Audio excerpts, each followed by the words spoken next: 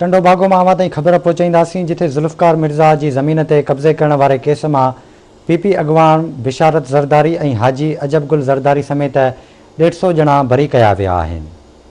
अवांखे update कंदा हलूं। अहम ख़बर है टंडो बागो में अवांखे अपडेट कंदा हलूं तो ज़ुल्फ़कार मिर्ज़ा की ज़मीन ते कब्ज़े करण वारे केस में पीपी अगवान बिशारत ज़रदारी और हाजी अजबगुल ज़रदारी समेत 150 ॼणा बरी थी विया आहिनि। सिविल जज टंडो बागो की अदालत 150 ॼणनि खे केस में बरी कयो आहे।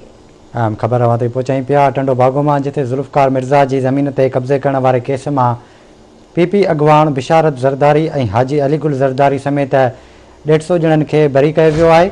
सिविल जज टंडो बागो की अदालत 150 ॼणनि खे केस में बरी कयो, जॾहिं त जवाबदारनि खे डॉक्टर ज़ुल्फ़कार मिर्ज़ा की ज़मीन ते कब्ज़े जो केस दाख़िल थियल हो।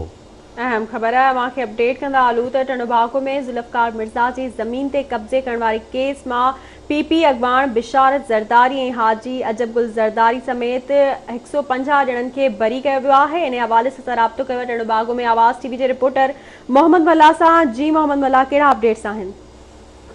जी संजा ॿुधाईंदोला टंडो बागो कप्ते धंबोलो में अॻूणे घरो वधी डॉक्टर ज़ुल्फ़कार मिर्ज़ा की ज़मीन ते कब्ज़ो करण वारे केस में डॉक्टर ज़ुल्फ़कार मिर्ज़ा के मैनेजर एहसान लिस्कारी पारां पंगरे थाने ते 2019 में केस पंगरे थाने ते दाख़िल करायो हो, जंहिंजी अॼु टंडो बागो सिविल कोर्ट में ॿुधणी थी।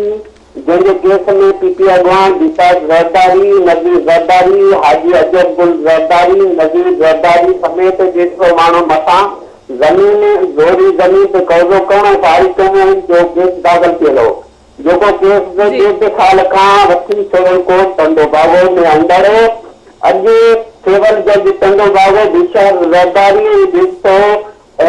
सिविल कोर्ट जे जज दिल मोहम्मद मंकी की अदालत बाज़ बरी करे छॾियो आहे।